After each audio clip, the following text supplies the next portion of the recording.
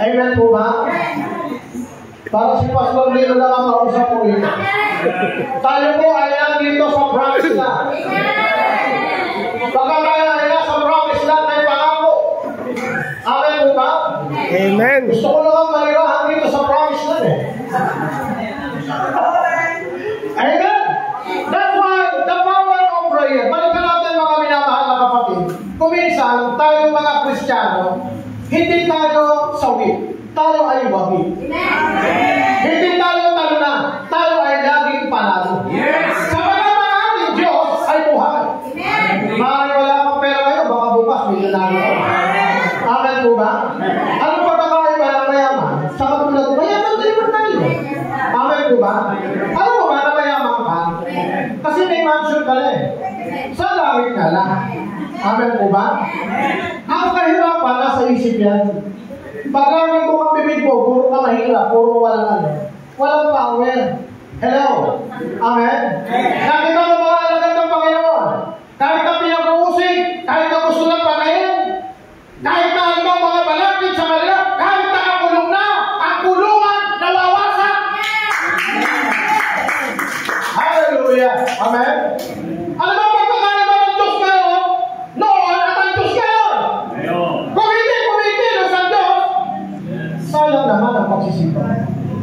Amen po ba? Sapagkat ang Diyos ay makagagawa. Madalas natin marinig wala tayong magagawa. Pero kapag nasa Jesus, marami kang magagawa. Amen po ba? Sapagkat higit pa ang magagawa natin kung meron tayong pananalig. That's why, number one, ang sabi nga, kapatid, hello? Opo. Prayer connects man to divine power. Prayer connects us to God's presence power.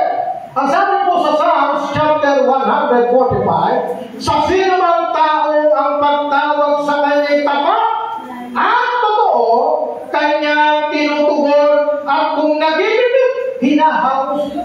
Kaya kapag ka nagigipit ka, huwag ka sa Bombay lumapit. Hello? Lumapit ka sa Panginoon. Huwag kang magsimba dahil naghahanap ka lang ng mautangan. Di ba? Parang may nagsisimba, naghahanap ng mautangan. Hindi po yan. Kaya nagkakagulo sa simbahan.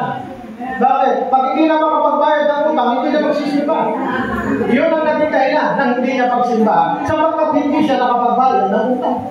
Di ba? Kaya ang nagpapalay, tayo bilang mga anak ng Diyos, wag tayo mauutang, tayo ang nagpapakutang. Alam nyo kami mag-asawa, pagka ganito ako sa utang eh. Pero hindi ko sinasabing masamang mangutang. May kanya-kanya tayong desisyon. Kasi pag may utang ako, hindi ako makatulog. Amen po ba? Pero lang ba, ay parang utang, nakakatulog eh.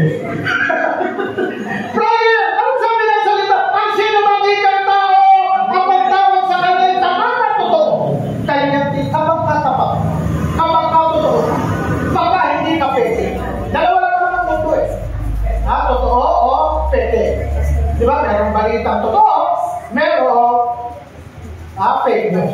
Pero ang mga anak ng Diyos, kapag tapat ka, kapag kumapit ka sa Panginoon, mali yung sinasabi nilang pagka mahirap ang buhay, kumapit sa Panginoon. Mali po yan. Huwag po kayong kumapit sa Panginoon. Kumapit tayo sa Panginoon. Amen po ba? Sabi ng Panginoon sa Luke chapter 5, verse 16, muna si Jesus na pumunta sa iyang na lugar upang manalangin. Di ba, mga kapasturan?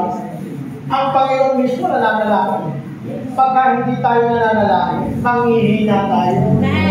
Paano malalakas? Amen? Ang dami lumalapit sa iyo. Pati si Pastor, inuutangan. Di ba? Oo. Akala dahil Pastor, maraming pera. Maraming pera. Di ba? Kapag ka ang Panginoon, anong sikreto ni Jesus? Pagka mayroong mga basta ng Biblia, pag mayroong mga dumarating na mga problema, nananalangin siya. Lumuluha